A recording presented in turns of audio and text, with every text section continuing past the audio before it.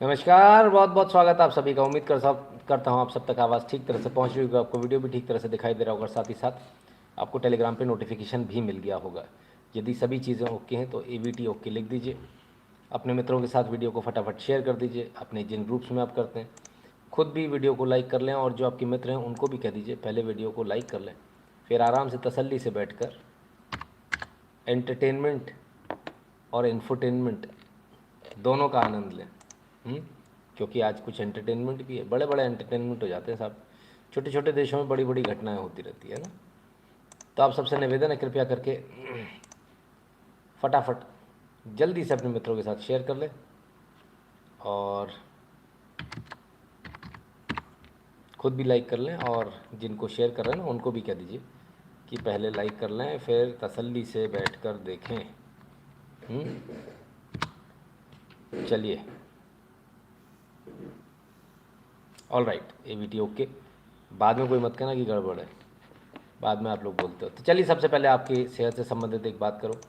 Rail की पटरी हम सब ने देखी है, बहुत ईजीली हम लोग उसको कभी भी कहीं से भी पार कर लेते हैं, जबकि मना है पार करना, लेकिन इसके बावजूद करते हैं। लेकिन कभी कभी भारी पड़ जाता है, और ऐसा नहीं कि ऐसे इंसिडेंट नहीं होते हैं, हो जाते हैं, कईयों बार हो जाते हैं। कौन से, ज़रा देखें।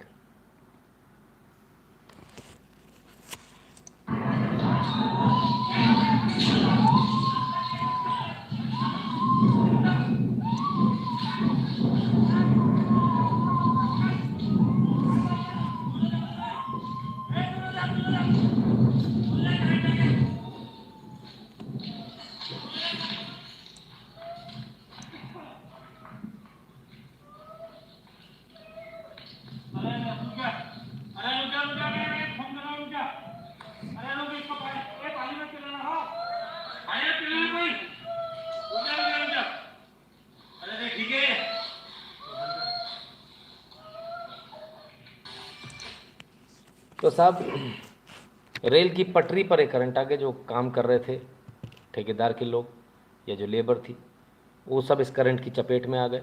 और ऐसा हो जाता है, ये मत सोचिएगा ऐसा नहीं होता, ऐसा हो जाता है।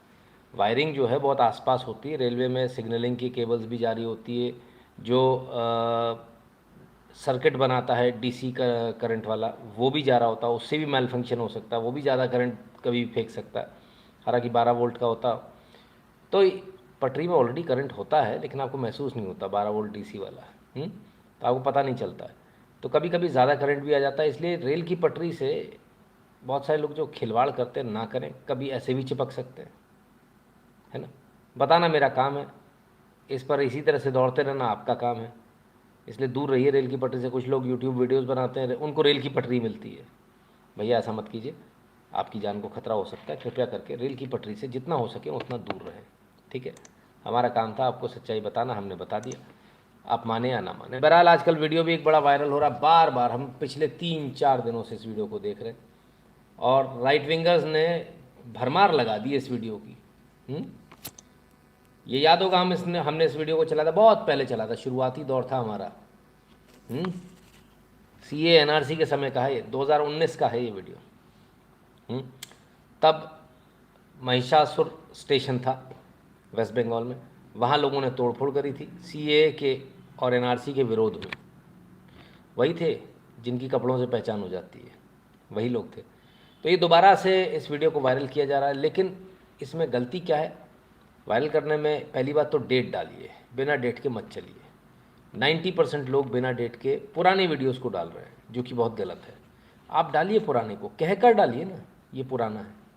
दूसरी बात, इस वीडियो को ये कहकर वायरल किया गया कि नमाज़ पढ़ने में दिक्कत होती थी, रेलवे की जो गाड़ियाँ आती जाती थी उस वजह से लोगों ने जो है मिलकर जो है तोड़ दिया रेलवे स्टेशन। गलत है।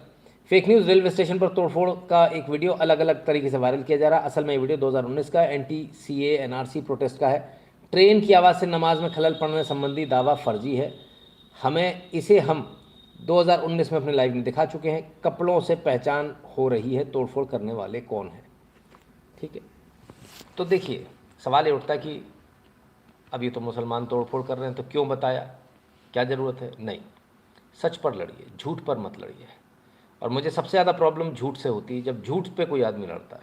और पिछले 3-4 दिनों से मैं देख रहा था लगातार राइट विंग हैंडल इसको कोट करे करे जा रहे, थोड़ा तो हम इग्नोर करते हैं, बचते हैं कि क्या करना है अपने को, लेकिन जब ज़्यादा हो जाती है तो आप दूसरे लोगों को मौका देते हो।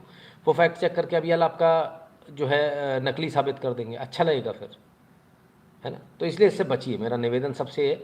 और कुछ हैंडल प्रोमिनेंट हैंडल हैं जिस पर लोग मुझे कई बार मेंशन करते हैं, और वो आदतन फेक न्यूज़ स्प्रेडर है, मैं बिल्कुल स्पष्ट रूप से कहूँगा, क्योंकि इतनी गलतियाँ नहीं हो सकती किसी से, और अगर हो रही हैं तो ऐसे लोगों को ना तो ब्लू टिक लेने का अधिकार है, ना ट्विटर पर होने का अधिकार है।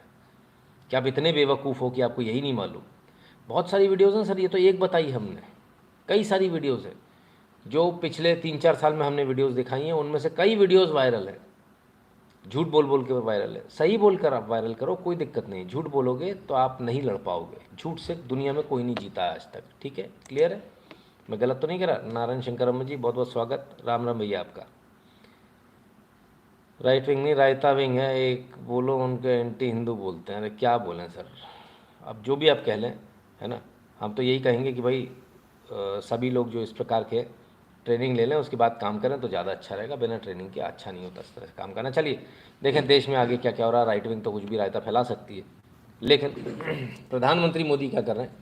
Hermès 900 starliner drone set to be inducted into Indian Army. Indian Army और इंडियन नेवी दोनों ने खरीदने का प्रस्ताव दिया, पुनः एक बार और फिर से और खरीद रहे हैं ड्रोन्स। इंडियन आर्मी और इंडियन नेवी दोनों मिलकर खरीद रहे हैं। इन ड्रोन्स की खासियत ये अभी जो ऑनगोइंग जो वॉर चल रहा है, वॉर कह लें या जो भी कह लें, इसमें इनकी दक्षता सब पूरी दुनिया ने देखी, भारत ने भी देखी। इससे पहले भी हम ले चुके हैं, अब ये और ले रहे हैं, तो दोबारा क्यों ले रहे हैं? तो दोबारा लेने का जो पर्पज़ है वो बड़ा क्लियर है। इस बार जो लिए जा रहे हैं वो पूरी तरह से भारत में बनेंगे, है ना, टेक्नोलॉजी ट्रांसफ़र के ज़रिए भारत में ही बनेंगे। बनाएगा कौन, अब ये मैं नहीं बताऊँगा, इसको आप खुद ढूंढ लेना, ठीक है।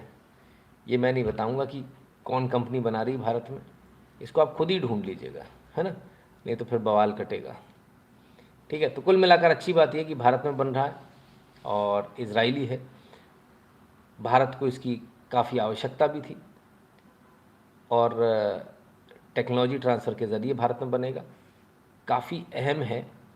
और उससे भी ज़्यादा अहम यह है कि जो लिए जा रहे हैं आर्मी और नेवी दोनों के लिए, इतना पैसा क्या ऐसे ही डाला जा रहा है या फिर कुछ तैयारी है? फ़िलहाल जो विश्व की जो स्थिति है उसको देखते हुए ये नहीं नकारा जा सकता कि विश्व युद्ध कभी भी हो सकता है, और ऐसी कंडीशन में अपने आप को स्ट्रांग रखना, खासकर देखिए युद्ध में सबसे इम्पोर्टेंट पार्ट क्या होता है? सबसे इम्पोर्टेंट, गोला बारूद से भी ज़्यादा इम्पोर्टेंट है, और वो होती है सूचना, इन्फॉर्मेशन, और वो इन्फॉर्मेशन देने का काम ये ड्रोन करेगा। तो क्या कुछ तैयारी वैयारी हो रही क्या भाई? नहीं बता दो, पता नहीं कोई बड़ी दिवाली मनाने के मूड में बैठा कोई, ऐसा लग रहा है हमको। चलिए खैर, तो ये तो हो गई ड्रोन की बात। जब देखो आसमान की बात करते हो, ज़मीन की बात करो, हम ज़मीन से जुड़े नेता हैं, ज़मीन से जुड़ी रहने वाली बात करते हैं। चलिए भाई,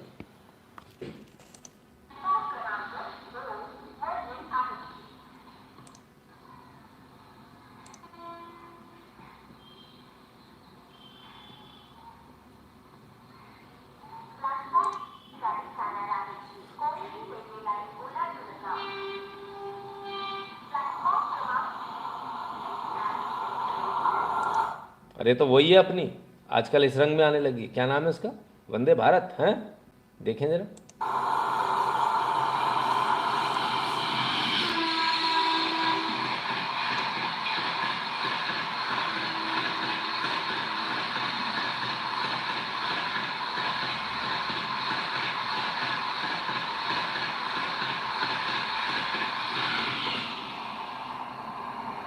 ये तो बहुत लंबी थी, ये तो बहुत लंबी थी, वो तो 4-5-6 डब्बे की होती है, ये तो कुछ ज़्यादा ही लंबी थी। इसकी खिड़कियां भी वो कांच वाली नहीं थी, खुली खुली खिड़कियां थी। वंदे साधारण, वंदे भारत के बाद वंदे साधारण एक्सप्रेस आ गई। लोग कंप्लेन कर रहे थे वंदे भारत का किराया ज़्यादा, तो वंदे साधारण में चले जाओ, नॉन एसी में चले जाओ। नॉन एसी भी बना दी गई है, और दोनों मोड पर है। एक ट्रेन के अंदर दोनों तरह के डब्बे हैं, स्लीपर भी है इसके अंदर, वंदे साधारण के अंदर, और चेयर कार भी है। तो जो लोग ये कह रहे हैं उनको महंगा लग रहा है किराया, वंदे भारत का किराया, वो वंदे साधारण में जा सकते हैं, ठीक है। तो वंदे साधारण की भी शुरुआत हो रही है। लोग कह रहे थे महंगा किराया, प्रधानमंत्री ने सुन लिया आपकी, वंदे साधारण भी लागू चला दिया। चलिए ज़रा अंदर से भी देख लें कैसा है। तो ये जो है वंदे साधारण एक्सप्रेस नॉन एसी है, पंखे ऊपर लगे दिख रहे होंगे आपको। ये बर्थ है, 3 टायर डब्बा है ये वाला जो आप देख रहे हैं।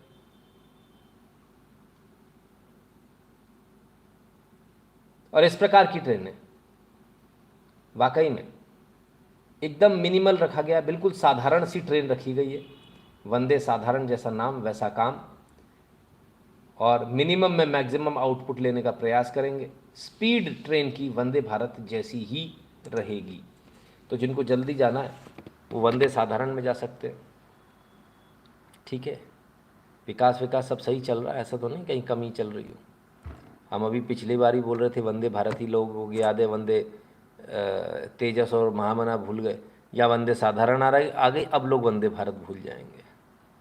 बड़ी आफत है, पहले शताब्दी फिर जनशताब्दी वंदे भारत, अब वंदे साधारण। नहीं कोई नहीं, अभी और भी कुछ ट्रेनें आ सकती हैं इस प्रकार की, तो तैयार रहिएगा। बहुत कुछ भारत में बदलाव होना है। लेकिन एक बदलाव जो हमने आपको शायद सुबह बताया था भैया, क्या ये क्या सड़क बन रही साहब, सड़क, हाँ वही अमरनाथ यात्रा वाली। ये सड़क बनने का वीडियो है, बन चुकी सर, अब बन चुकी, पक्की सड़क बन चुकी ना। ये जब बन रही थी तब का टिपर्स वगैरह जा रहे हैं, और कितनी खतरनाक सड़क है भाई, हैट्स ऑफ। ये तो भाई बना पाना बड़ा मुश्किल टेढ़ा काम था, लेकिन बीआरओ ने ये भी कर दिखाया, कमाल ही कर दिया भाई।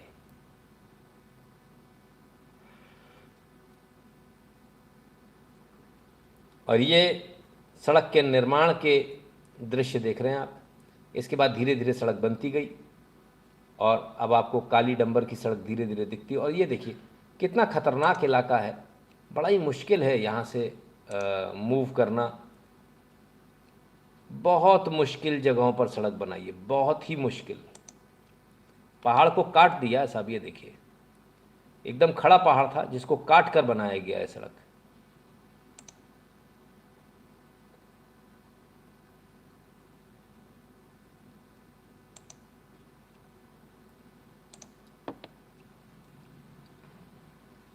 और अब ये सड़क, जब देखिए सोचिए जिस समय हम लोग सो रहे थे उस समय यहाँ सड़क बन रही थी, और ये सड़क बन गई सर, और अब ये सड़क बन चुकी है।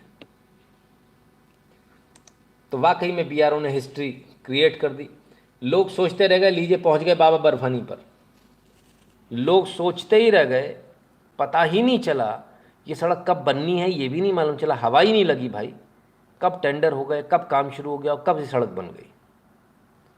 चलिए अच्छा लग रहा है काम, हमको तो ये काम अच्छा लगता है। भगवान के काम करती रहे सरकार, हमें बाकी चीज़ें नहीं चाहिए। बाकी सारा विकास वो तो होता रहेगा। मेन ये है मंदिरों का विकास, मंदिरों तक पहुँच मार्ग, मंदिरों तक लोग जा सकें, दर्शन कर सकें, उनका विकास होना हमारे लिए ज़्यादा इम्पोर्टेंट है बनस्पत किसी और चीज़ के। बहुत सारे लोगों को एकदम से झटका लग गया होगा, हैं बाकी चीज़ें इंपॉर्टेंट नहीं है, नहीं हमारे लिए ज़्यादा इम्पोर्टेंट है, ठीक है। चलिए साहब, बात हो रही मंदिरों की, तो दिवाली की भी बात हो जाए। दिवाली की तो आज बहुत सारी बात होनी है। जश्न रोशनी FSSAI, इसको लेकर आज हमें किसी ने टैग कर दिया। भाई मेरे ख्याल से हम ये दिखा चुके हैं, न्यूज़ नहीं दिखाई हो तो भी हम दोबारा दिखा देते हैं। हमने नीचे जाके इनको बताया ऑलरेडी बस्टेड, कृपया लाइव देखा करें। FSSAI का कोई प्रोग्राम आयोजित नहीं है। FSSAI का ट्वीट है, the FSSAI is not organising any event purportedly named Jashn-e-Roshni as being circulated in social media. The image being shared on social media has not been issued or approved by FSSAI. फर्जी था साहब वो tweet, एकदम फर्जी था। तो जश्न रोशनी ऐसा कोई प्रोग्राम या ऐसा कोई कार्यक्रम FSSAI नहीं कर रहा, तो ये एक फ़र्ज़ी न्यूज़ थी, ठीक है, क्लियर है। और इस फर्जी न्यूज़ को लेकर एकदम क्लियर कट FSSAI ने बोला हम ऐसा कोई भी आयोजन नहीं कर रहे हैं, क्लियर है। तो ये न्यूज़ फेक न्यूज़ थी, ठीक है। चलिए दिवाली की बात आई है, पटाखों की बात भी हो जाए। चलिए, पटाखों की एक वीडियो आई है, ज़रा पटाखों की वीडियो देख लें और देखें कितनी मेहनत से पटाखे बनते हैं और क्या इन गरीबों को आपका समर्थन मिलना चाहिए या नहीं।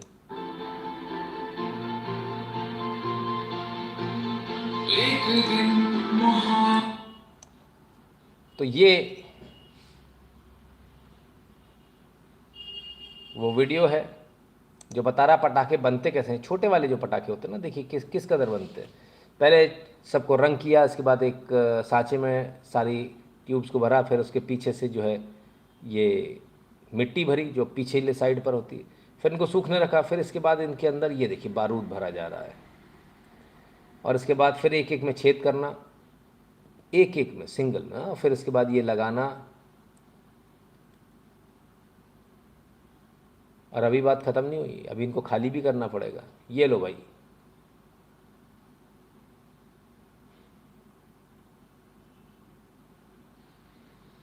अब ये सूखेंगे, सूखने के बाद टोकरी में भरे जा रहे हैं और इसके बाद फिर इनकी पैकेजिंग होगी।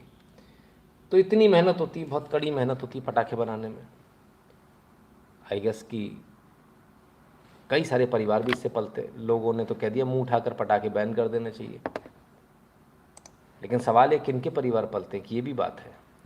शिवा काशी में सब ठीक तो है ना, कोई सस्ती लेबर तो नहीं आ गई कहीं, ये भी देखने वाली बात है। खैर, नो ग्लव्स नो मास्क, कौन है? अनूप जी, कहाँ से आए हो बाबू? भारत में ही रहते हो ना? हैं? ग्लव्स और मास्क वाला देश नहीं है, वो ग्लव्स से काम ही नहीं कर पाएंगे, बारूद में ही रहते हैं भाई पूरे टाइम। और एक चिंगारी यदि लग गई गलती से तो खेल ख़त्म है सबका, है ना? तो इसलिए बहुत मुश्किल टफ काम करते हैं लोग, है ना? इसमें बहुत रिस्क है। कईयों बार हमने सुना परिवार के परिवार ख़त्म हो जाते हैं, पूरी फैमिली ख़त्म होती है अगर गलती से कहीं चिंगारी बैठ गई तो। So it is a very risky job, but still hats off जिस तरह से लोग काम करते हैं। ठीक है, दिवाली आने वाली है, आप सब लोग अपनी दिवाली मनाएंगे, लेकिन क्या आप जानते हैं, छोटी सी एक कहानी सुनो, समय है। सब लोग दिवाली मनाएंगे, लेकिन क्या आप जानते हैं कुछ लोग ऐसे भी जो दिवाली नहीं मनाते हैं। क्या आप जानते हैं कुछ लोग ऐसे भी जिनकी काली दिवाली मनती है। क्या आप जानते हैं ये काली दिवाली 200 सालों से मन रही है। क्या आप जानते हैं कि चाहकर भी वो दिवाली नहीं मना सकते क्योंकि उनके दिवाली बैन है। दिवाली को मातम मनाते हैं वो लोग, नहीं नहीं नहीं, ये कोई दूसरे समाज के लोग नहीं हैं, ये आप ही के लोग हैं, हिंदू ही हैं। और हिंदू में भी ब्राह्मण हैं। ये वो ब्राह्मण है जो 200 साल से दिवाली नहीं मना पाए, ये वो ब्राह्मण है जो 200 सालों से काली दिवाली मना रहे हैं, ये वो ब्राह्मण है जिनको ये सौभाग्य प्राप्त नहीं हुआ कि वो दिवाली मना सके। अब आप सोच रहे होंगे कैसे? आइए राम, कितने समझदार लोग हैं तुम लोग। क्योंकि आप हिंदी में बोल नहीं पाए, हम तक कभी बात आई नहीं, इसलिए हमने बताई नहीं। जब आएगी तब बताई जाएगी। हो सकता है पिछले साल बता दिया, पर फिर भी एक बार रिपीट कर दूँ। कर्नाटक बेंगलुरु से थोड़ी सी दूरी पर एक ज़िला है, मांड्या ज़िला। इस मांड्या ज़िले में एक गांव है मेलकोट। इस मेलकोट गांव में 200 सालों से दिवाली नहीं मनाई गई। दिवाली पर मातम मनाया जाता है। ये विशुद्ध रूप से ब्राह्मणों का गांव है, है। टीपू सुल्तान, हाँ, सेक्युलर आदमी था, बहुत सेक्युलर। रोमिला थापर की माने तो अगर वो ज़िंदा होता तो शायद उससे शादी कर लेती, पर खैर, तो बड़ा पसंदीदा कैरेक्टर ना उनका। टीपू सुल्तान को बड़ा सेक्युलर बताया जाता है। आइए टीपू सुल्तान के दौर में चलते हैं। कर्नाटक पे टीपू सुल्तान का राज था और टीपू सुल्तान तलवार की धार पर लोगों को इस्लाम कबूल करवा रहा था, और यही दबाव उसने मंड्या जिले में भी सभी ब्राह्मणों को पहले बनाना। अच्छा, एक सबसे बड़ी प्रॉब्लम क्या, उस जमाने में ब्राह्मण ही टारगेट थे, आज भी ब्राह्मण टारगेट है, तब भी ब्राह्मण टारगेट। मतलब उनको दलित फलित से किसी से कोई मतलब नहीं था, ये दलित होते ही नहीं थे। वो उस कम्युनिटी को पकड़ते थे जो धर्म को लेकर चल रही, पढ़ा रही लिखा रही, उसको कन्वर्ट कराओ, हैं? तो उस ज़माने में थे ही नहीं तो पकड़ते कहाँ से? तो खैर एनीवेज, तो कुल मिलाकर बात यह है, टीपू सुल्तान का राज था, तलवार की नोक पर साहब सबको कन्वर्ट कराया जा रहा था। करवाते करवाते टीपू सुल्तान मेलकोट भी पहुँचे, उनके जो चौवे हैं मेलकोट पहुँचे तो वहाँ उन्हें मडियम अयंगर ब्राह्मण मिले। अब उन्होंने बोला, भाई तलवार की धार पर या तो सलवार पहनो और नहीं तो गर्दन काट देंगे। तो जो अयंगर ब्राह्मण थे वहाँ के, उन्होंने टीपू सुल्तान का राज होते हुए, शासन होते हुए स्पष्ट रूप से मना कर दिया, हम किसी भी कीमत पर इस्लाम कबूल नहीं करेंगे, अपना धर्म नहीं छोड़ेंगे। ना सिर्फ हम नहीं छोड़ेंगे बल्कि हम जो काम कर रहे हैं वो काम हम आगे भी करते रहेंगे, मंदिर एज इट इज़ रहेंगे, हम लोगों को आगे भी पढ़ाते रहेंगे। वो एक मन जनेऊ को ही तोड़ने की बात हो रही थी। अभी देखते हैं। अब टीपू सुल्तान को गुस्सा तो बहुत आया, लेकिन उसने सोचा चलो और कोशिश करते, और दबाव दो। टीपू सुल्तान ने अपनी पूरी ताकत लगा ली। इसके बावजूद इन अयंगर ब्राह्मण ने अपने आप को बदलने से, इस्लाम को कबूल करने से स्पष्ट रूप से मना कर दिया। ये सारे के सारे मडियम अयंगर ब्राह्मण जो थे ये इकट्ठे हुए नरसिम्हा स्वामी मंदिर पर, और नरसिम्हा स्वामी मंदिर वहाँ का जो है काफ़ी प्रसिद्ध था, वही मंदिर था, उसमें सारे लोग इकट्ठे होते थे। तो उन्होंने दिवाली मनाने का इरादा किया, हर साल मनती थी। इस साल भी सारे लोग दिवाली पर इकट्ठे होने थे, सारे लोग दिवाली पर इकट्ठे हुए। और जब ये बात टीपू सुल्तान के कानों तक पहुंची तो टीपू सुल्तान को मौका मिल गया जिसकी वो तलाश में था। टीपू सुल्तान ने अपनी सेना को, किसको? सेना को भेजा कि जाओ और मंदिर पर दिवाली मनाते हुए जितने भी ब्राह्मण दिखें, जितने भी लोग दिखें, उन सबको मौत के घाट उतार दो, क्योंकि पूरा गांव जो था वो अयंगर ब्राह्मणों का था। तो वो सभी लोग दिवाली मनाने के लिए वहाँ इकट्ठे हुए मंदिर में, और जैसे ही वो दिवाली मनाने के लिए इकट्ठे हुए, गाजर मूली की तरह इन ब्राह्मणों को काट दिया गया। न बच्चा देखा गया, न बड़ा देखा गया, न औरत देखी गई, न आदमी देखा गया। बताते हैं तकरीबन 1000 लोगों को मार दिया गया था, 1000 लाशें तकरीबन गिराई गई थी वहाँ। आलम यह हो गया था कि उस गांव में एक भी व्यक्ति जिंदा नहीं बचा, अंतिम संस्कार करने वाला भी जिंदा नहीं बचा। और सिर्फ महज कुछ घंटों में जो गांव कभी आबाद हुआ करता था, जिस गांव में कभी खुशियां मना करती थी, जो गांव ब्राह्मणों के गांव से, पढ़े लिखे के गांव से, जहां लोग शिक्षा लेने आते थे, जहां से लोग शिक्षा देने जाते थे, एक संपन्न गांव से भूतिया गांव बनते उसको देर नहीं लगी, क्योंकि वहां सिर्फ लाशें थी और कुछ भी नहीं। कोई इंसान जिंदा नहीं था वहां पर, सबको मौत के घाट उतार दिया गया था, और वो भी दिवाली वाले दिन, महज कुछ घंटों में। और तब से लेकर आज तक अयंगर ब्राह्मण दिवाली नहीं मनाते। दिवाली के दिन वो मातम का दिन मनाते हैं, उस दिन वो दिया नहीं रखते। आज 200 साल हो गए इस बात को, लेकिन आज तक कोई मलहम लगाने नहीं गया। इनफैक्ट टीपू सुल्तान की जयंती मनाकर उन ब्राह्मणों को, बल्कि इस देश को, इस देश के नागरिकों को मुंह चिढ़ाया जाता है। क्या कोई व्यक्ति ऐसा सेक्युलर हो सकता है जो हिंदुओं के सबसे बड़े त्यौहार पर कत्लेआम के लिए अपनी फौज को भेज दे और वो फौज जमकर कत्लेआम मचाए? ऐसा आपने इतिहास में कोई दूसरा अगर रेफरेंस देखा हो तो हमें ज़रूर बताइएगा। हाँ, तो कुछ लोग कह रहे थे कि हमने फलाना किया, हमने ठिकाना किया, हमने कुर्बानियाँ दी हैं। जो लोग ये कहते हैं, जो बौने लोग ये कहते हैं हमने कुर्बानियाँ दी हैं, उन बौनों को आज मैं कहना चाहता हूँ, मैं तुम्हें चैलेंज करता हूँ, जाओ जाओ और इतिहास का कोई वो पन्ना ढूंढ कर लाओ जहाँ पूरे गांव को मनुष्य विहीन कर दिया गया हो, जहाँ पूरे गांव को ख़त्म कर दिया गया हो, जहाँ 1000 से ज़्यादा लाशें महज कुछ घंटों में बिछा दी गई हों, जहाँ कोई दिया रखने वाला भी ना हो, जहाँ कोई अंतिम संस्कार करने वाला भी ना बचा हो, पूरा गांव मनुष्य विहीन कर देना। क्या ऐसा कोई इतिहास का अध्याय है आपके पास? नहीं होगा। और जो असली इतिहास का अध्याय है वो आपसे छुपा दिया गया, वो आपको कभी नहीं पढ़ाया गया। इसलिए आज हम आपको बताने आए हैं कि जब आप खुशियाँ मना रहे होगे। इस देश में आपकी तरफ मुंह बाहे खड़ा एक समाज है, एक ब्राह्मण समाज है जो कर्नाटक से है, जो आज भी आपकी तरफ देख रहा है कि शायद आपको मालूम चल जाए, लेकिन आज तक आपको नहीं मालूम चला, तो कम से कम हमने बताया।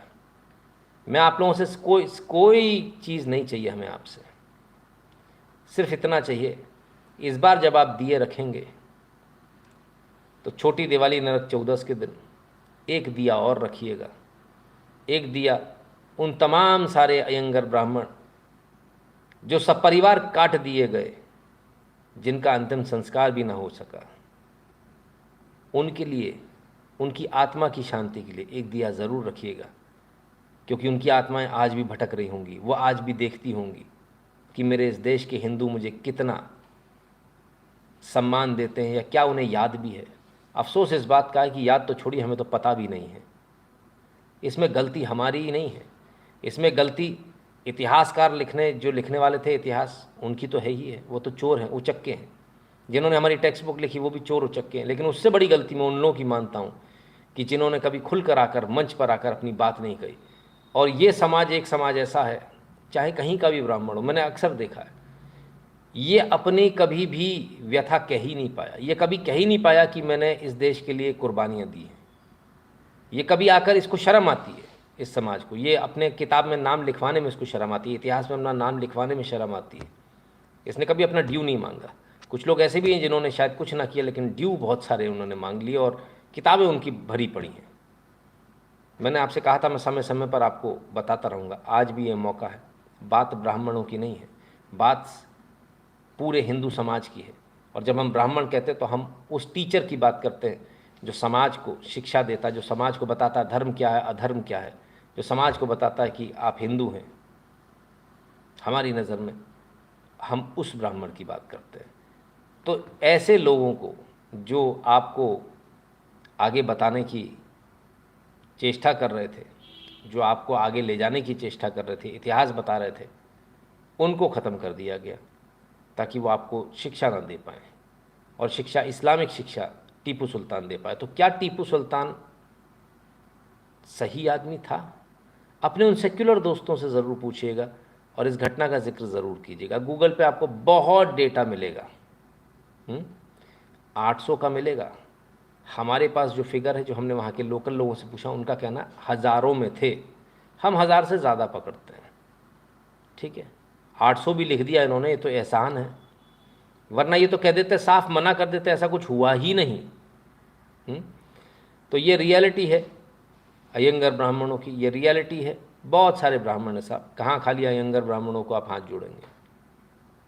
चितपावन ब्राह्मण भी हैं, और भी बहुत हैं, कश्मीरी भी हैं, लिमिटलेस है।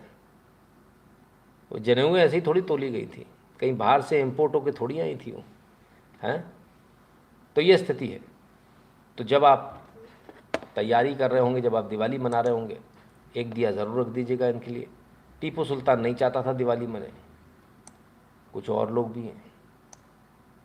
दिवाली यानी भगवान राम, भगवान राम। टीपू सुल्तान तो चला गया, लेकिन कुछ अपनी औलादें छोड़ गया शायद। देखें ज़रा, क्या नाम था, सुंदरदीप कॉलेज है।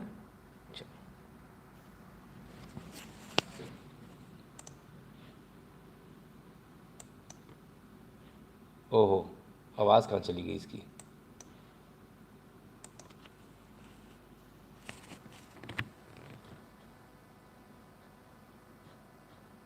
सॉरी, मैंने आवाज़ को पॉज कर दिया यहाँ। चलिए,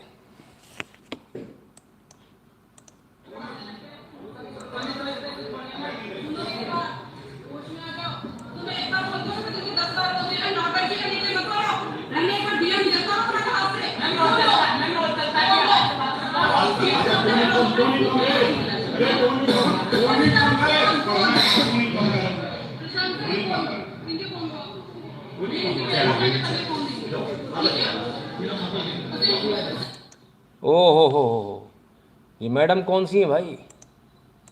घर में दिया नहीं जलता होगा, जय श्री राम के नारे नहीं लगा। सारे स्लीवलेस ब्लाउज वाली मैडम है, सर बगल में खड़े हैं। सर एक बात बताओ, सवाल मन में उत्पन्न हो गया, जी जो तुम कल लौंडो को धमका रहे थे कि तो बोल के दिखा, जय श्री राम बोल के दिखा। अच्छा, तो चाय से यार केतली गरम है, जा इम्प्रेस करने में लगे तुम हैं।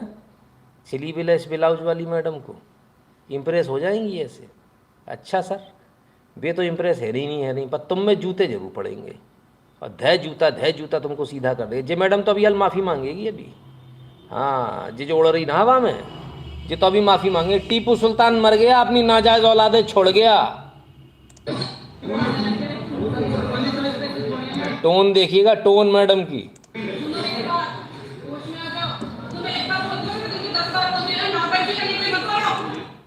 सुनो मेरी बात, होश में आ जाओ।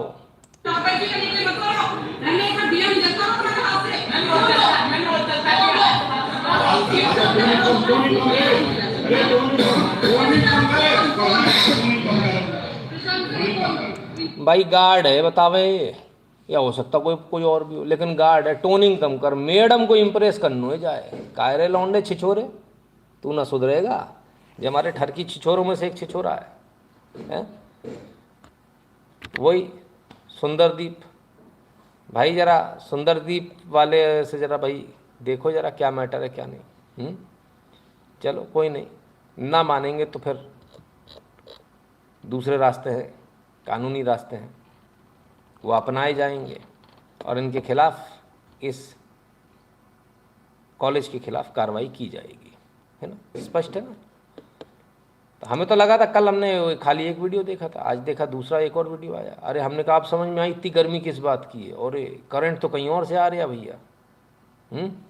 ये बड़ी आफत है स्कूल कॉलेजन में, ये बड़ी आफत है भैया, हैं? ये मास्टर नहीं भैया, ये ऐसा मत करो यार, हैं? आपका काम पढ़ाने लिखाने का है, पढ़ाओ लिखाओ, गुंडा ही मत करो। इनका लगता है हमारे जैसा कोई माँ बाप मिला नहीं इनको बच्चों का।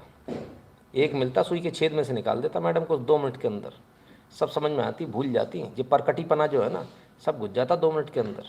हाँ चलो कोई नहीं, और देखें साहब और क्या चल रहा है। वो एक और था ना पहले, महिला आयोग के चेयरपर्सन रेणु भाटिया ने यूनिवर्सिटी में पहुंचकर छात्र छात्राओं से बातचीत की है। हाँ, वो जिंदल यूनिवर्सिटी, कौन पहुंच गए वहाँ? कुछ छात्राओं के प्रताड़ना हरासमेंट के भी यहाँ पर एक प्रोफेसर पर आरोप लगे हैं। आरोप है कि देश की सेना के खिलाफ आवाज बुलंद करना, एक प्रोफेसर द्वारा मानव बम, सुसाइड बम अटैक करना, डेटिंग साइट के जरिए लव जिहाद की बातों को पढ़ाना और देश विरोधी ताकतों को बढ़ाने के लिए सोशल मीडिया का इस्तेमाल करने जैसी बातों को छात्राओं को पढ़ाए जाने के आरोप यहाँ पर लगे हैं। साथ ही ये भी आरोप लगे हैं कि आरोपी प्रोफेसर द्वारा डेटिंग साइट पर यूनिवर्सिटी में पढ़ने वाली लड़कियों की प्राइवेसी को लेकर उन्हें लीक कर सेक्सुअल हरासमेंट किया गया है। इस पूरे मामले को लेकर महिला आयोग के चेयरपर्सन रेणु भाटिया ने संबंधित प्रोफेसर के खिलाफ कार्रवाई करने को लेकर समन जारी करने की बात कही है। साथ ही डीजीपी के साथ साथ साइबर थाना पुलिस को भी इस मामले में कार्रवाई करने को लेकर लिखे जाने की बात भी रेणु भाटिया ने कही है। बातचीत की तो उसमें से 2-3 बच्चों ने हमें ये कहा कि नेशनैलिटी और धर्म की बात, तो हमने एकदम पॉइंट किया कि क्लास में नेशनैलिटी और धर्म की कहां से बातें आ जाती हैं। तब पता लगा कि कोई एक साइट जिसके ऊपर लव जिहाद टाइप की बात की जाती है। तो आज जिंदल यूनिवर्सिटी में छोटे विषय नहीं है। आप पर्सनली किसी को इस और डाइवर्ट करना चाहते हैं, पर्सनली कोई किससे शादी करता है, किससे रिश्ता रखता है, किस कम्युनिटी के साथ जुड़ता है, इससे किसी को, मुझे, आपको, किसी को कोई ऑब्जेक्शन नहीं, लेकिन आप पर्सनली किसी को डाइवर्ट करने की कोशिश करते हैं, इससे हमें ऑब्जेक्शन। तो जिंदल यूनिवर्सिटी में ये चल रहा था भाई साहब, एक तो मास्टर साहब के ऊपर ही आरोप लग गए, 2-3 छात्राओं ने लगाए हैं, रसिया टाइप के, जिससे वो थे ना सिली ब्लाउज वाले सर जो हमारे थे, हैं ऐसे बहुत घूमते हैं मैडमों को सूंघते हुए। आप तमाम, अब तो बच्चे तो सब समझते हैं, है कि नहीं? सही कह रहा हूँ ना, नहीं कह रहा हूँ? हैं ये कुत्ता बिल्ली का खेल चलता कि नहीं चलता बताओ? खैर, गंभीर आरोप उससे भी ज़्यादा ये है कि वहाँ पर बाकायदा लव जिहाद को प्रमोट किया जा रहा है। अगर ऐसी यूनिवर्सिटी है तो मैं सरकार से विशुद्ध रूप से सीधा एक निवेदन करूँगा, हमें ऐसी यूनिवर्सिटीज़ नहीं चाहिए, आप इनको बंद कर दीजिए। कोई बात नहीं, सीट कम हो जाएंगी, लेकिन हमें मंजूर है, लेकिन हमें ऐसी यूनिवर्सिटीज़ नहीं चाहिए। क्लियर है? गजब के लोग हैं, कमाल के लोग हैं साहब, क्या ही कहें।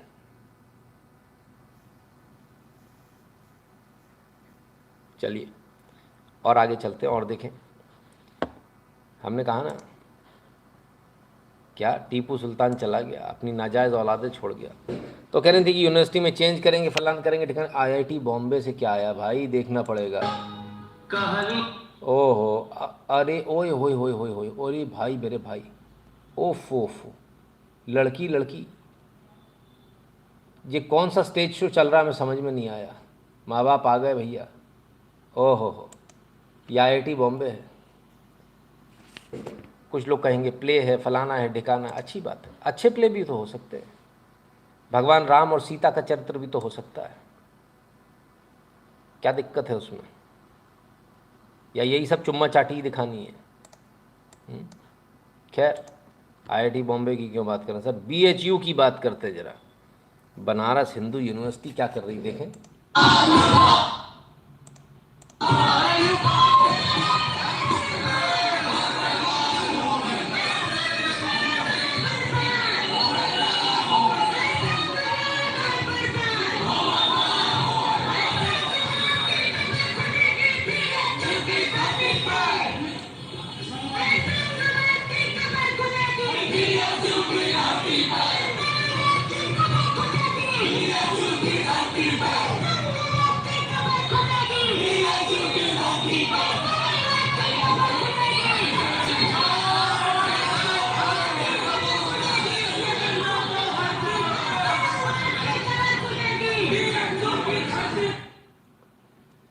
तो साहब अब तक तो ये जामिया और एएमयू में ही हो रहा था, अब ये बीएचयू में भी होने लगा।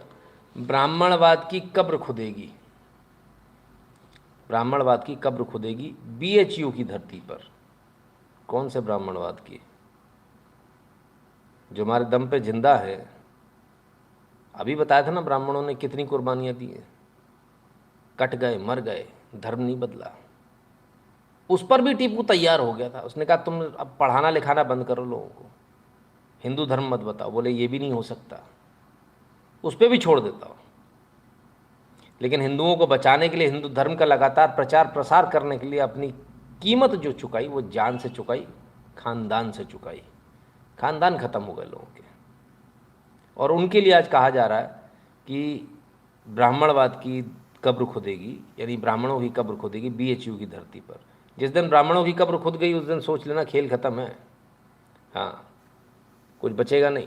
हिंदू धर्म का जो लेकर चलने वाले जो लोग हैं ना, जो हिंदू धर्म के बारे में बताने वाले, जब वही नहीं बचेंगे तो धर्म कहाँ से बचेगा? तो एक्चुअली टारगेट इसलिए ब्राह्मण है ना।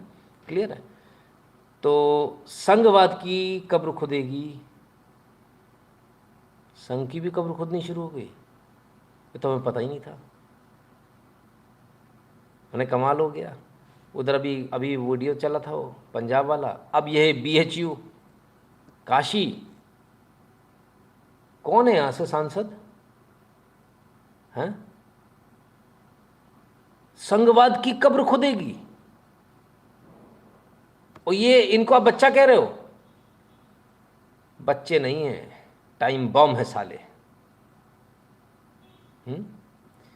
इनका रस्टिगेशन चाहिए, और वीसी से नहीं होता तो इस्तीफा दे देना, नहीं तो हटना पड़ेगा तुमको, हटाया जाएगा बेइज्जत करके। रस्टिकेट करके इनके खिलाफ मुकदमा चाहिए, धारा 153 में, वो भी इससे नीचे में नहीं। और ऊपर से रासुका लगाई जाए। योगी जी से मैं निवेदन करूंगा, ब्राह्मणों के ऊपर सीधा प्रहार है, ब्राह्मण समाज के ऊपर प्रहार है, संघ के ऊपर प्रहार है। इसलिए क्योंकि एक पूरे समाज के जेनोसाइड के लिए कॉल है, ये एक पूरे समाज को ख़त्म करने के लिए कॉल है। इसलिए इनको रस्टिकेट किया जाए, इनको पढ़ना नहीं है, और इनको जेल में भेजा जाए। इनकी सही जगह जेल में है, गलत तो नहीं कह रहा। नवीन कोटा जी आइए, बहुत बहुत स्वागत। Terrorist sympathiser preaching about morality, अरे पूछिए मत सर, पूछिए मत। टेररिस्ट सिंपैथाइजर नहीं सर, ये तो विशुद्ध रूप से आतंकवादी हैं। प्रधानमंत्री को मारने का सोच रहे थे इनके नेता लोग, उसी से हैं, डफली गैंग है, डफली गैंग। हाँ, कमाल है। खैर चलिए साहब, कह रहे ब्राह्मणवाद की कब्र खुदेगी। क्यों खोदना चाहते हैं ब्राह्मणवाद की कब्र? हैं? चलो दूसरी न्यूज़ पे चलते हैं। क्या है? राघव यादवीयम, हाँ, कवि हैं वेंकटाद्वरी। कभी सुना है इसका नाम? ये किताब है, महाकाव्य है, राघव यादवीयम। अच्छा चलो, शायद लोगों को नहीं पता होगा। इसमें 30 श्लोक हैं, 30। लेकिन मज़े की बात यह है कि इनको जब जोड़ लिया जाता है तो जोड़ने पे श्लोक कम होते हैं, ये 60 हो जाते हैं, बढ़ जाते हैं, डबल हो जाते हैं जोड़ने पर। ठीक है, बात सिर्फ इतनी भी नहीं है। राघव यादवीयम, राघव यानी भगवान राम, और यादव मतलब भगवान श्री कृष्ण। तो भगवान राम और कृष्ण का एक साथ लिखा हुआ ग्रंथ है ये, और सबसे कांचीपुरम में लिखा गया था। 17वीं शताब्दी में लिखा था।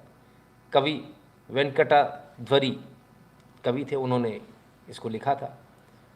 खासियत ये है कि इसको एक तरफ से जब आप पढ़ते हैं, राइट टू लेफ़्ट पढ़ते हैं तो ये रामायण होती है, लेफ़्ट टू राइट पढ़ते हैं तो ये महाभारत बन जाती है, भगवान कृष्ण की बन जाती है। तो ऐसे 2 ग्रंथ, भगवान कृष्ण की कथा और भगवान राम की कथा, दोनों एक ही श्लोक लिखा हुआ सर, अलग अलग श्लोक नहीं है। ऐसे पढ़ोगे तो भगवान राम, ऐसे पढ़ोगे तो भगवान कृष्ण। है कमाल। और ऐसे कमाल की किताबें हमारे देश में लिखी गई। और ये सबसे अचरज की बात यह है कि इस किताब के बारे में मुझे विदेश से मालूम चला, देश से नहीं मालूम चला, और विदेशियों से मालूम चला। वहाँ विदेश से भी कोई भारतीय से नहीं मालूम चला, विदेशियों से मालूम चला। आज मेरे पास में घूमता फिरता एक वीडियो आया, एक अंग्रेज़ का वीडियो आया, और उस अंग्रेज़ के वीडियो में इस किताब का वर्णन था। तो हमने कहा क्यों ना हम भी इस किताब को देखें। तो वाकई में किताब मिली। सोचिए कितनी बुरी हालत है हमारे ही देश में, हमको ही नहीं मालूम। अनुलोम विलोम काव्य भी कहा जाता है इसको, है ना। राघव यादवीयम काव्य में राम कथा के केवल 30 श्लोक है, परंतु कृष्ण कथा के भी 30 श्लोक जोड़े जाए तो 60 श्लोक बन जाते हैं। राघव यादवीयम पुस्तक के नाम से ये भी प्रदर्शित होता है। राघव, राम, यादव, कृष्ण के चरित्र को बताने वाला ग्रंथ है। जब आप किताब को सीधा पढ़ें तो रामायण की कथा पढ़ी जाती है, और जब आप किताब को उल्टा पढ़ें तो कृष्ण भागवत की कथा सुनाई दे। कांचीपुरम में ये लिखी गई थी। इस ग्रंथ को अनुलोम विलोम ग्रंथ भी, काव्य भी कहा जाता है। ठीक है, पता था क्या? कितने लोगों को पता था?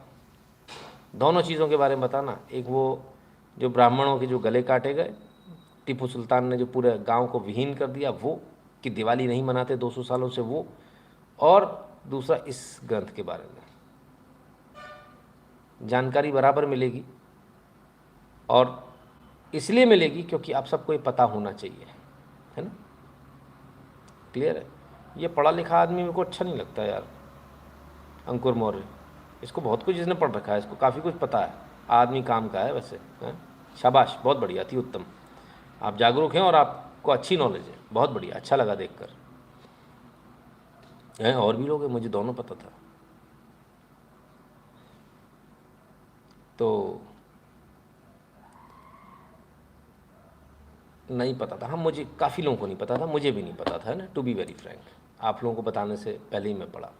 तो खैर, बातें हो रही भगवान राम की, बात हो रही है दिवाली की, बात हो रही है पॉल्यूशन की। दिवाली पर पॉल्यूशन भी तो होगा। पटाखे मत फोड़ो क्योंकि पॉल्यूशन होता है। किसी ने लीजिए दिल्ली से हमारे को ये वीडियो भेजा भाई, सोशल मीडिया पे बड़ा वायरल है वीडियो। पूरे मोहल्ले के पटाखे जला लो तो भी इतना धुआं नहीं निकलेगा भाई। ओए होए होए होए होए होए, पूरे मोहल्ले के पटाखे जला लो तो भी इतना धुआं ना निकलने वाला। और इनको पटाखे बैन करने, एक्चुअली पटाखे वटाखे से मतलब नहीं, आपकी दिवाली बैन करनी, आपका त्यौहार बैन करना है। येन केन प्रकारेण कैसे भी करके आपका त्यौहार को बैन करें तो रट्टा ख़त्म हो। खैर, बस की बात चल रही है। बस का एक और वीडियो आ रखा भाई। दिल्ली है, पटाखे नहीं बजा सकते, बस बजा सकते हो आपस में दारू पी के, एक पे एक फ्री।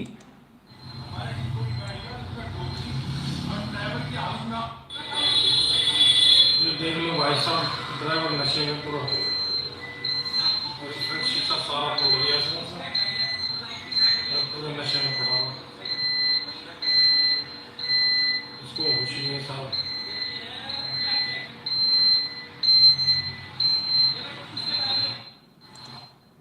तो भैया दिल्ली वालों थोड़ा सोच समझ के बैठना बसों में।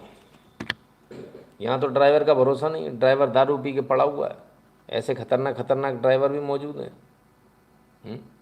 गाड़ी ठोक दी, खड़ी गाड़ी आपस में ही, कमाल है।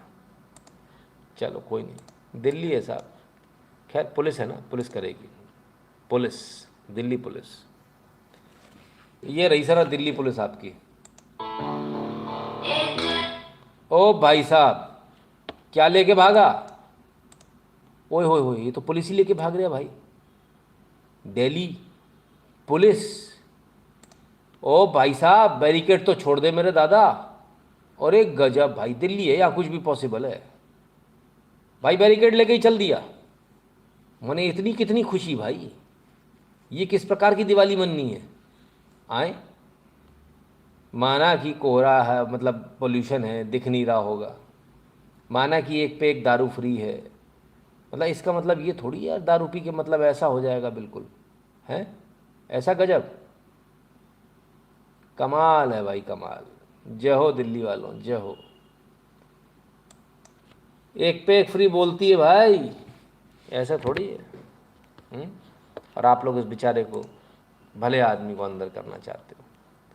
खैर, मेरी बात ना सुनिए, पर लंदन से आई हुई एक बच्ची की बात सुनिए। वो कुछ कह रही है, बहुत गंभीर बातें हैं, उसको सुनना चाहिए। I'm a Hindu who moved back to India from England, and every single day I'm traumatized by Indian society. In England, we would celebrate Diwali with firecrackers and various different pujas and rituals. In India, every year I am made to feel like a villain for wanting to celebrate my own festivals. I am constantly traumatized and put down by a government who wants to ban my festivals as a Hindu in my indigenous land where the rishis have given birth and through whose lineage I have originated. Each and every day in this land, I see that my people from my own ancestral communities are being tortured, abused, and we don't have a voice. And if we speak about it, we are labeled as fascists or hateful, and we cannot talk about our own erasure. We cannot talk about our own history.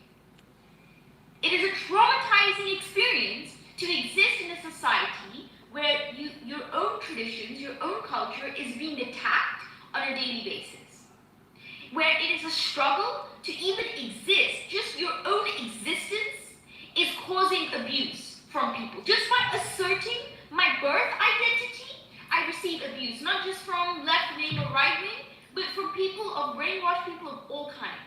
Because there's no independent thinking in a society that is still stuck in slavery. And so abuse comes in many different forms, but we must as Hindus recognize that, how this abuse manifests. For example, they have banned crackers, they have banned the Bali Pratha, they have controlled Hindu temples and looted Hindu temples. It does not matter if you are vegetarian, if you are non-vegetarian, if you are for and against. We must all unite on the grounds that these are basic religious freedoms of Hindus.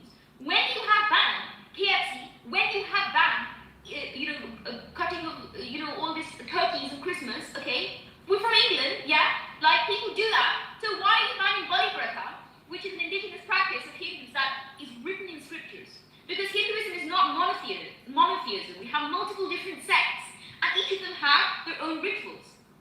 It is extremely traumatizing for me every single day that, we're just trying to exist, yeah? We're just trying to exist, and we're still attacked. And we still have to worry about the fact that we are dying. That we are being wiped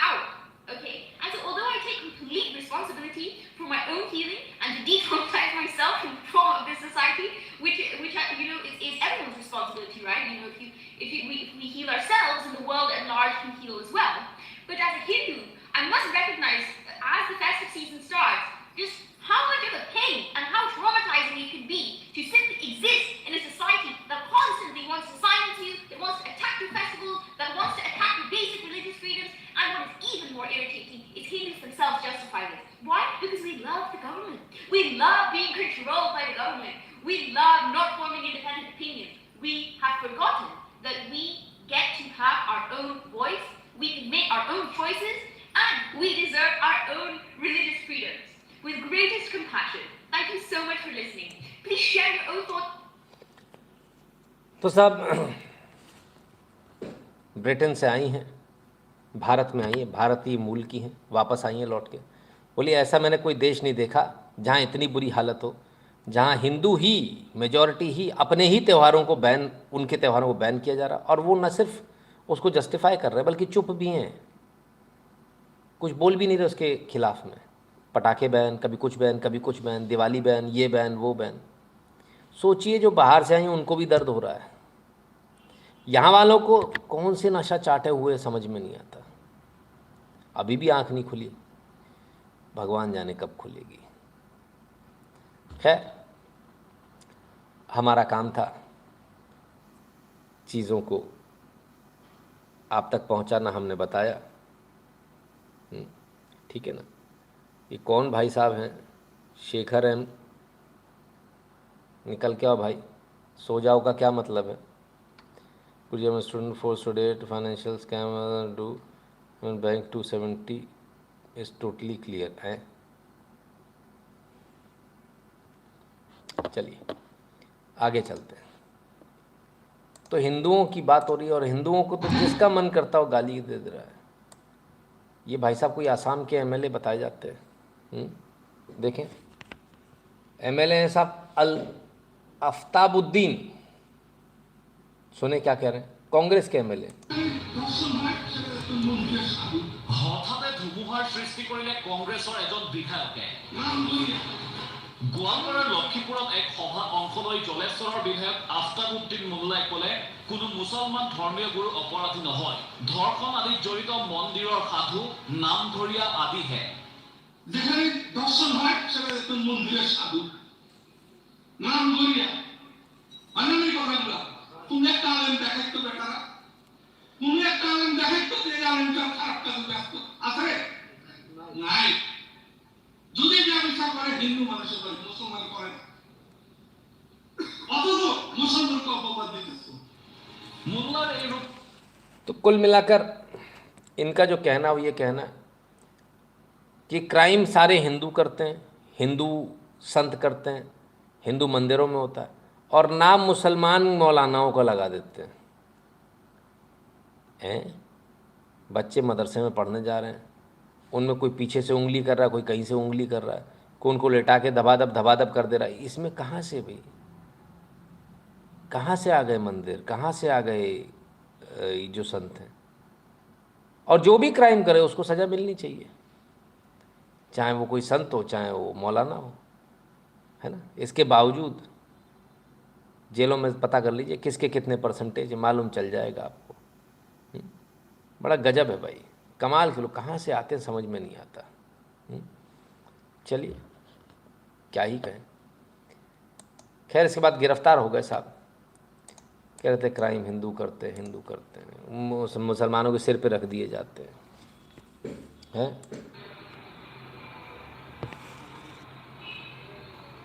बताइए, नहीं shake hand हो रहा है, shake hand.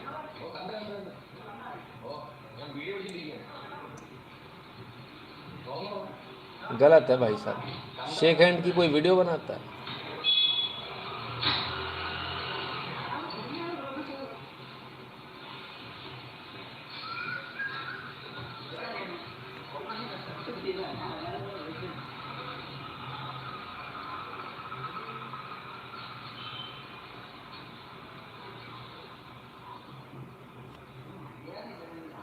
हम तो कुछ कहते ही नहीं भाई, जो है वीडियो चला दिया।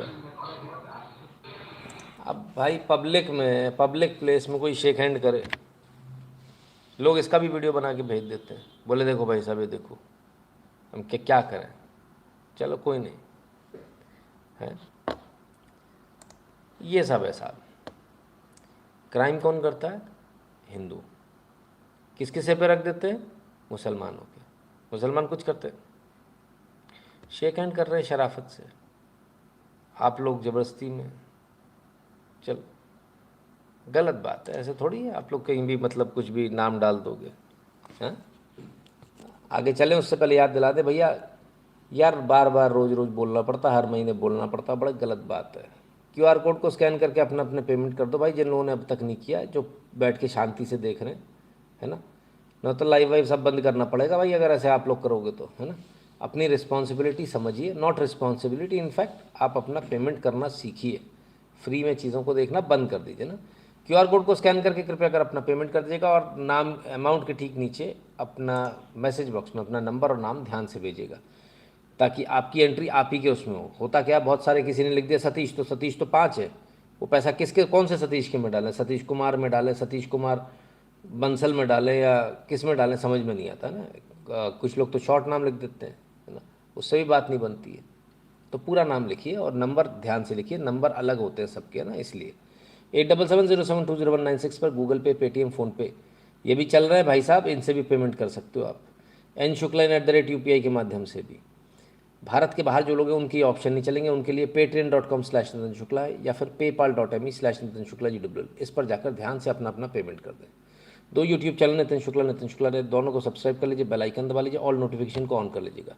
t.me/nshukla, इस लिंक से ज़रूर जुड़ जाइए सब लोग, जो पैसे देते हैं या ना देते, फ्री वाले भी सब लोग जुड़ जाइए, है ना।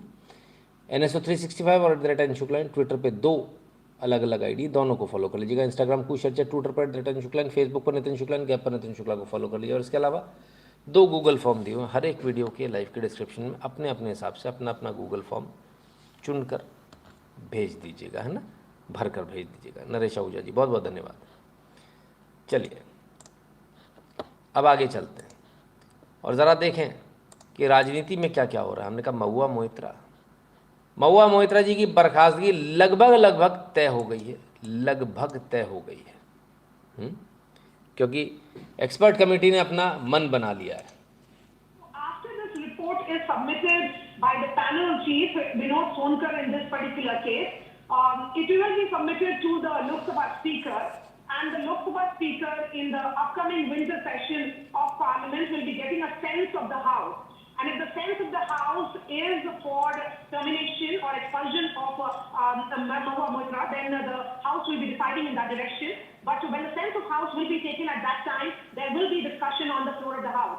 And then after, it's same process as we saw in the 2005 when those MPs were suspended. First, the committee, which was Pawan Bansal committee, had recommended suspension. Thereafter, after getting a sense of the House, at that time it was L.K. Advani, Sushma Swaraj, and Arun Jaitley, both LOPs of both the houses. They had communicated that yes, the need of the hour is expulsion, and thereafter the House said that they be expelled. All those 9 MPs were expelled. Thereafter, what happened was the process, that is the criminal investigation part, began by the Delhi police in 2007 when the FIR was registered. An important part, Vishnu, of this panel report is when it says that the serious misdemeanor on the part of Srimati Mahua Moitra calls for severe punishment. Those are the words of the panel members, and it says that the committee therefore recommends that Srimati Mahua Moitra, who is a member of Parliament, may be expelled from the membership of the 17th Lok Sabha.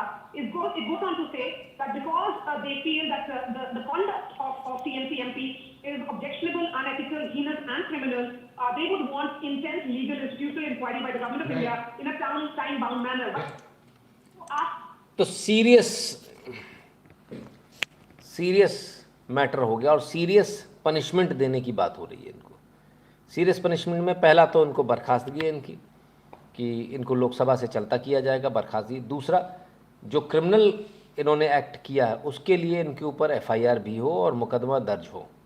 और अगर ये दोनों होता है, पहली बात तो ये सांसदी तो गई इनकी, हमने पहले ही कहा था सांसदी जाएगी, कोई बचा नहीं सकता।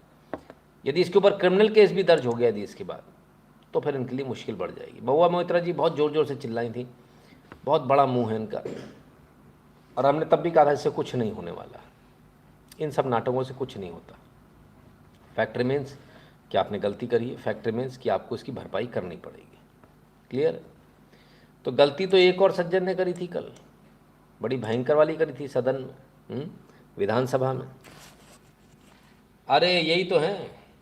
हाँ, अंदर करो बाहर करो वाले। हाँ, अंदर करो बाहर करो फेम है, एक रखपात स्कीम है कि फेम है, और ये नए हो गए अंदर करो बाहर करो फेम। चलिए सुने जरा क्या है। लेकिन मेरे मन से अगर कोई शब्द आप बिहार में थोड़ा सा नीचे कीजिए। माफी मांगता हूँ। अरे बिहार इसके लिए अरे नीचे कीजिए। वापिस करता हूँ इन सब बातों का। अगर इसको हमने भी कुछ बात कहा और उसको लेकर के इतनी निंदा हो तो मैं भाई देखिए, अगर मेरी कोई बात कहना गलत था तो मैं इसके लिए माफी मांगता हूँ। इसको हम वापिस करते हैं, और अगर मेरे किसी बात से कोई इसकी निंदा कर रहा है तो भाई हम वापिस करके और निंदा हम अपने कर लेते हैं, माफी मांगते हैं। वापस ले लेते हैं, निंदा कर लेते हैं, माफ़ी मांग ले, खुद ही अपनी निंदा कर ले रहे हैं, अपनी निंदा खुद ही कर ले रहे हैं, माफ़ी मांग लेते हैं। चलो भाई, माफ़ी मांगने आ गए, छोटी सी माफ़ी मांग ली 4 लोगों के बीच में, धीरे से निकल गए। कहा था विधानसभा भवन में, पूरी दुनिया के सामने कहा था। कमाल है। सीएम अब अपने विवादित बयान पर माफी मांग रहे हैं। किस तरीके से विधानसभा बिहार में हंगामा हो रहा था, आप देख रहे थे। लगातार ही कहा जा रहा था कि जिस तरह की अमर्यादित और विवादित भाषा का इस्तेमाल नीतीश कुमार ने किया है, वो दरअसल बेहद निंदनीय है। अब नीतीश कुमार कह रहे हैं मैं अपने शब्द वापस लेता हूँ, लेकिन शब्द तीर की तरह उतरता निकल गए हैं और अब ये बात दूर तक पहुंच भी चुकी है। कई ऐसी महिला विधायक हैं जिन्होंने इस पर कड़ी आपत्ति दर्ज की है। इसके अलावा विपक्ष के भी कई नेता हैं जो खुलकर इस बयान के विरोध में सामने आए हैं। और नेहा, जिसने भी ये बयान सुना है वो ये भरोसा नहीं कर पा रहा कि एक स्टेट का मुख्यमंत्री है, और वो भी सदन के अंदर, जिसको लोकतंत्र का मंदिर कहते हैं, उस जगह पर जाकर ऐसे बयान देना, और उसके बाद उसकी क्या, तो ये भी नहीं समझ आया वो क्या कह रहे हैं। और आपको बता देते हैं, हम आप लोगों का देख रहे हैं, आप जो बोल रहे हैं हमसे आज प्रेस वालों ने पूछा है तो हमने सफाई दे दी है। और आप जानते हैं कि कल आप सभी लोग मौजूद थे और सब यहाँ पर एकजुट थे, सभी एकजुट थे, और सब लोगों की सहमति से सारा निर्णय लिया गया। एक एक निर्णय का जो लिया गया सहमति से। और आप जानते हैं कितना ज्यादा हम लोग पढ़ाई पर जोर देते हैं और महिलाओं की पढ़ाई पर कितना जोर दे रहे हैं।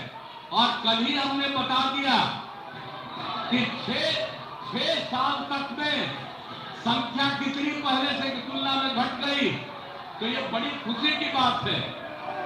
और जब तो साहब कुल मिलाकर सदन के अंदर नहीं माफ़ी मांगेंगे, विधानसभा भवन के अंदर माफ़ी नहीं मांगेंगे, बाहर मांगेंगे। बाहर बोले हमने प्रेस रिपोर्टर से हमने कह दिया, हमने उनको क्लैरिफाई कर दिया। क्या क्लैरिफाई करना था, बड़ा गजब के आदमी भाई, इतनी गंद के बाद भी।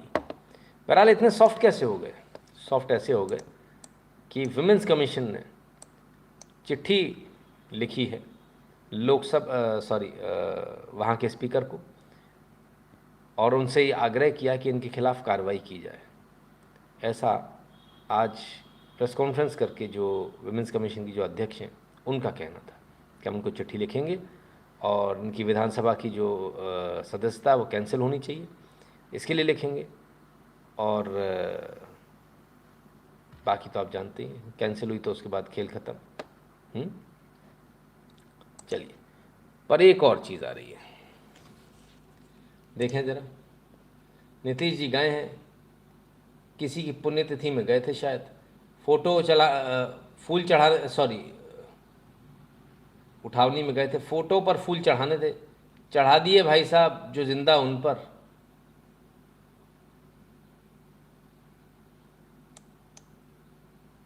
बहुत सारे लोगों का ऐसा कहना है, मतलब एक जगह से कहीं से सुनने में मेरे आया था, किन्हीं सज्जन ने आरोप लगाया था, जो कभी शायद इनके घर में खासम खास रहे थे, नाम तो मुझे याद नहीं आ रहा। उन्होंने आरोप लगाया था कि इनके साथ में रहने वाले जो दूसरे व्यक्ति हैं, शायद क्या पता नहीं, उनका भी नाम याद नहीं आ रहा, वो इनको जो है कुछ दवाएं दे रहे हैं, कुछ इस तरह का दे रहे हैं कि इनका जो है बैलेंस ऊपरी माले का थोड़ा खो गया है। क्या कह सकते हैं, अगर है तो फिर बड़ा गड़बड़ है ना। खैर, मोदी जी भी कुछ कह रहे हैं, जरा सुन लें।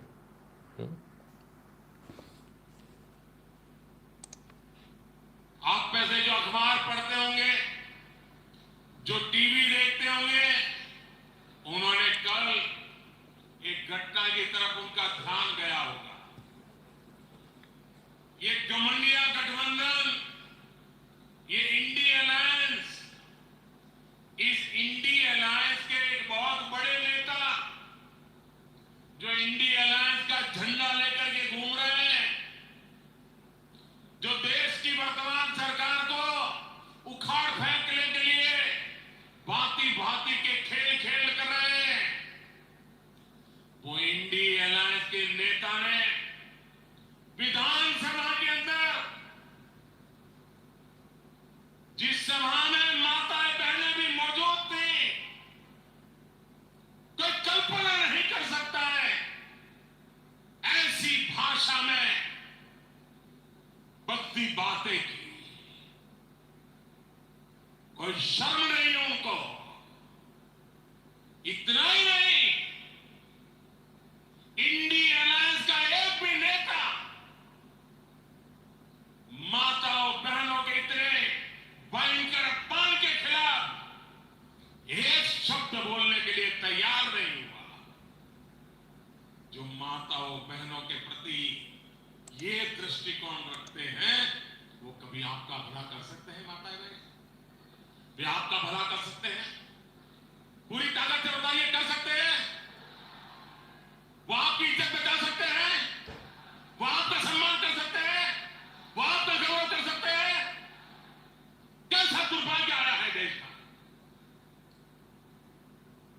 कितने नीचे गिरोगे और दुनिया में देश की बेइज्जती करा रहे हो। मेरी माताएं बहनें, मैं आपके सम्मान के लिए मुझसे जो हो सकेगा कभी पीछे नहीं हटूंगा।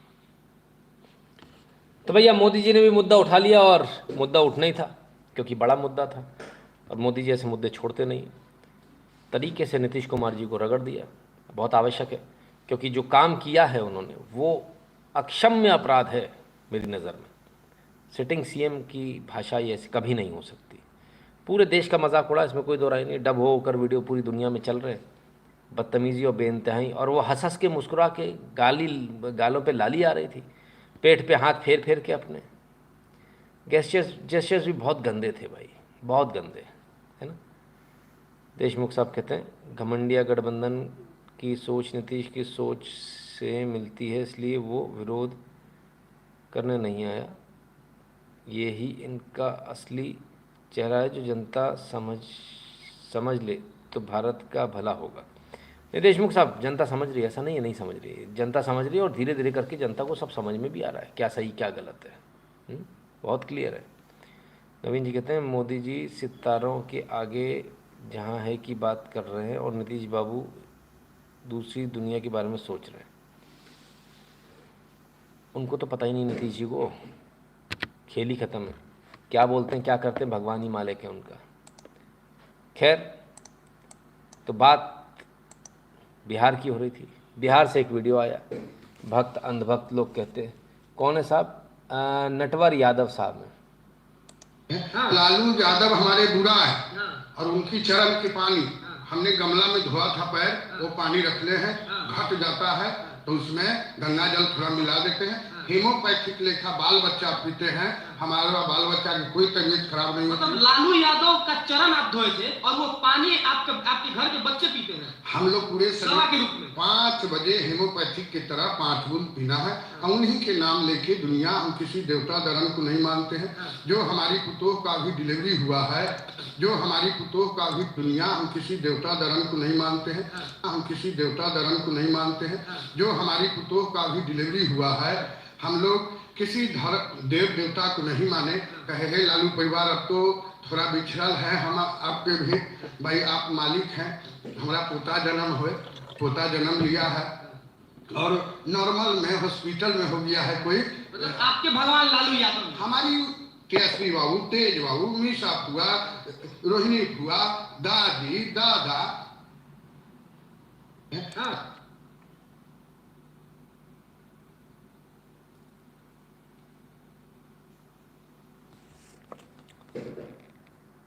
तो साहब लालू यादव के पैर धो के जो पानी है वो बचा है, वो ड्रॉप ड्रॉप पिला देते हैं, उससे सारी बीमारियां सही हो जाती हैं। अब क्या कहें, ऐसे लोग हैं वोटर, बिहार का भगवान ही मालिक है। पर खैर चलिए एक और वीडियो जरा सुने क्या कह रहे हैं मोदी जी। चलो भाई, कोरोना के समय तो कर दिया, अब 5 साल के अनाज देने वाली बात करता है। तो कांग्रेस वालों ने घोषणा की है कि वो इलेक्शन कमीशन जाएंगे, वहां जाकर के मोदी के खिलाफ मुकदमा दर्ज कराएंगे कि मोदी ने बहुत बड़ा गुनाह किया है, 5 साल के लिए अनाज देने की बात कर रहा है। मुझे बताइए, मुझे कांग्रेस की इन हरकतों से डरना चाहिए क्या?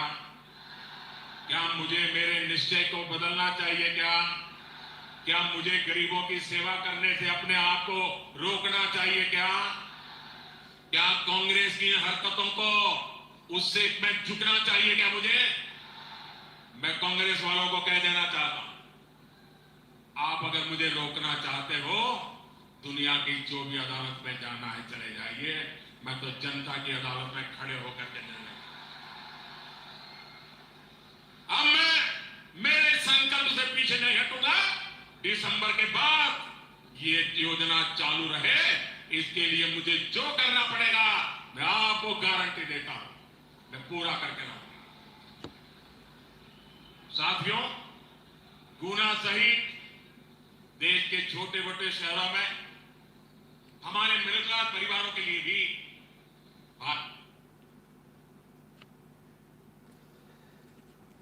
तो प्रधानमंत्री मोदी और बरस पड़े।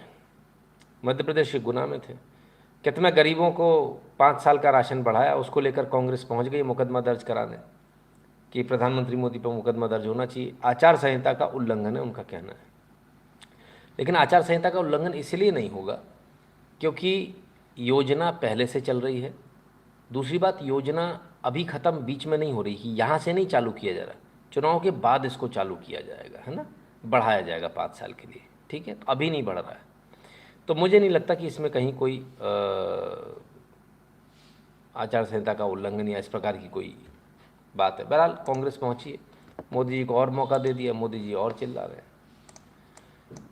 पर चलिए, मोदी जी का इतना सुन लिया, राहुल जी को भी तो सुन लो भाई। हाँ,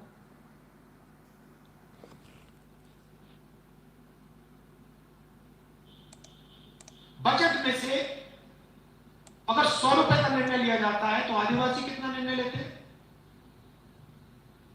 कितना? 0.01 0.01 मतलब आदिवासी अफसर 100 रुपए में से 10 रुपए का निर्णय लेते हैं। 100 रुपए में से 10 रुपए का निर्णय लेते हैं।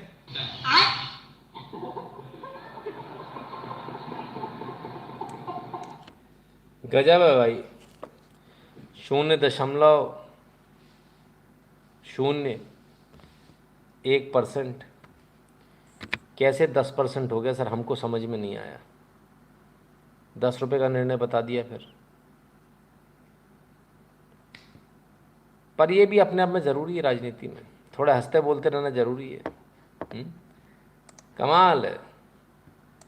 वैसे अभी वहाँ गए थे वो केदारनाथ, कहाँ गए थे, देखे जरा वहाँ क्या हाल है, क्या करके आए? यहाँ पर वो रह रहे थे और ये 1 मिनट सॉरी, हाँ, यहाँ पे थोड़ा सा आगे आते हैं तो आप देखेंगे कि इधर हम अंदर थोड़ा सा चल जाएगी लाइट नहीं, यहाँ पर लाइट की थोड़ी सी केदारनाथ में दिक्कत रहती है हमें। लास्ट टाइम भी लाइट यहाँ पर नहीं मिली थी। ये देखिए, ये टेबल थी यहाँ पे, ये टेबल थी, इस पे उन्होंने खाना ना बनाया है, पता नहीं, मुझे तो कुछ अजीब अजीब सा दिख रहा है। चेक करो कहीं पाउडर वाउडर तो नहीं छूट गया कहीं। नहीं, मिल्क पाउडर दे यार, गलत मत समझा करो। तो इस पर उन्होंने किचन का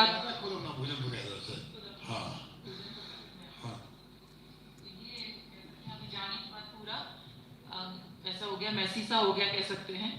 तो यहाँ पे जो है 3 दिन तक राहुल गांधी ने अपना कुकिंग किया, खुद ही अपना बनाया, खाया, चाय स्वयं पाकी भूमि उन्होंने स्वयं का भोजन बनाया और खाया, बहुत अच्छे ढंग किया। आप लोगों से बातचीत भी तो उन्होंने, तो गजब भाई, टेबल तो बड़ी गंदी संदी पड़ी थी, कुछ पाउडर वाउडर भी दिख रहा था, भगवान जाने क्या क्या अजीब अजीब सी भी कुछ चीज़ें थी। ऐसा दिखाना नहीं चाहिए, गलत बात है। इतना गंदा कमरा, कमाल आदमी। कर्म अभिषेक बोलते हैं जी, जय श्री राम सर, हमारी असेंबलीज के स्पीकर इतने पावरलेस क्यों होते? नहीं, बहुत पावरफुल होते। Why when they don't object strongly and penalise, only wait for someone else. Softly काम करते हैं, बात अलग है, लेकिन पावरलेस नहीं। पावर तो बहुत है, अगर वो चाहे तो फिर किसी को बाहर कर देते हैं, है ना, जैसे भी महुआ मोइत्रा बाहर जाने वाली है, तो ऐसा है, पावरलेस नहीं है। चलिए अब ज़रा उस खबर की तरफ चलें, जो एक व्यक्ति आपके सामने बहुत सीधा बना, लेकिन असलियत में उसकी पोल आज खुलने वाली है।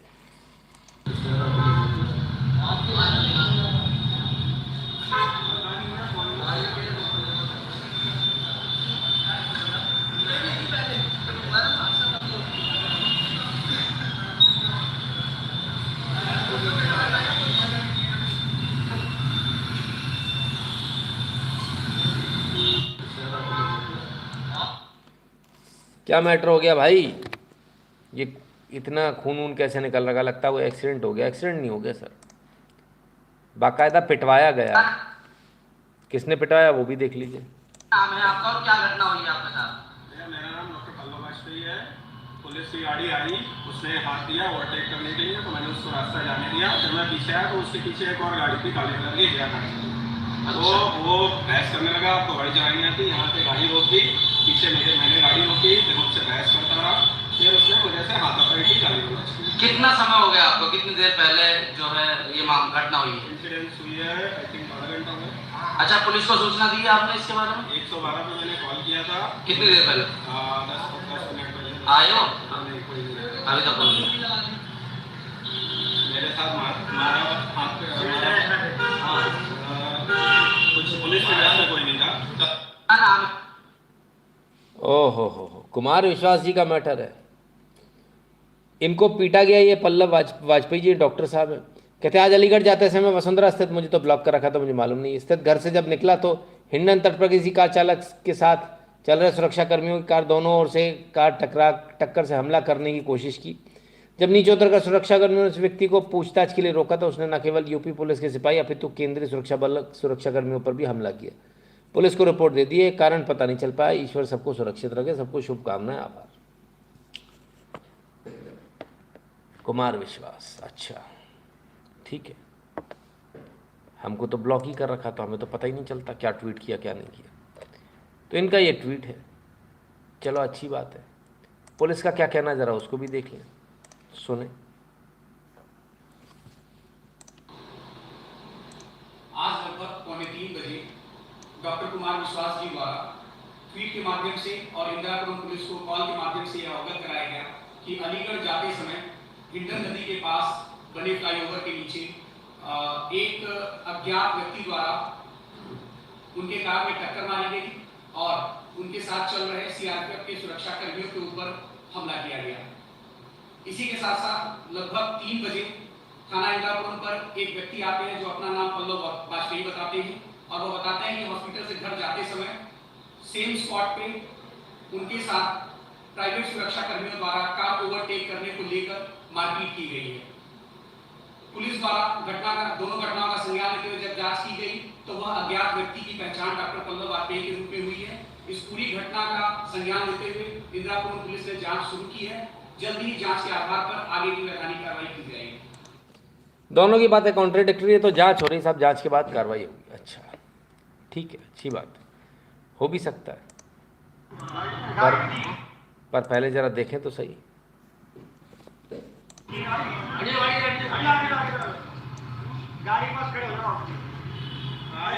दो गाड़ियों ने, एक उसमें से पुलिस वैन थी और एक गाड़ी का नंबर था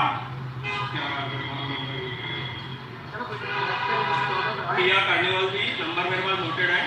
इन लोगों ने उतर के मेरे पास ओवरटेकिंग के लिए मारपीट की है, बहुत ज़्यादा चोट आप देख सकते हैं, हाथ में लगी है, खून बह रहा है, सब जगह से मारपीट की है। मैंने उनको बताया भी, डॉक्टर हूँ, फिर भी वो बदतमीजी से बाहर नहीं आए, गाली गलौज करते रहे और मारपीट करते रहे। पुलिस की यूनिफॉर्म कोई नहीं पहना था, पुलिस की गाड़ी थी, सिविल में कुछ लोग थे।